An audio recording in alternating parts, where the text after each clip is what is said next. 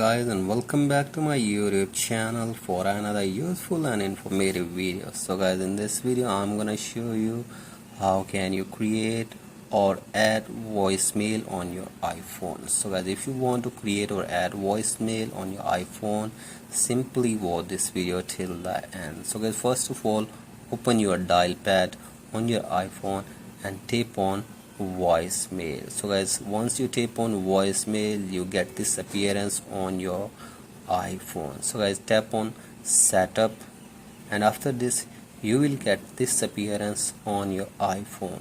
So guys, from here you can select default voicemail, or you can add custom voicemail on your iPhone from here. So guys, from here select anyone, like I am selecting custom.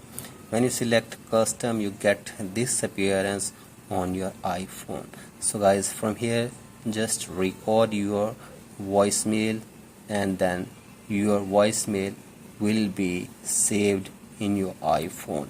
So guys, simply tap on custom and record your voicemail from here, and after this your voicemail will be created on your iPhone.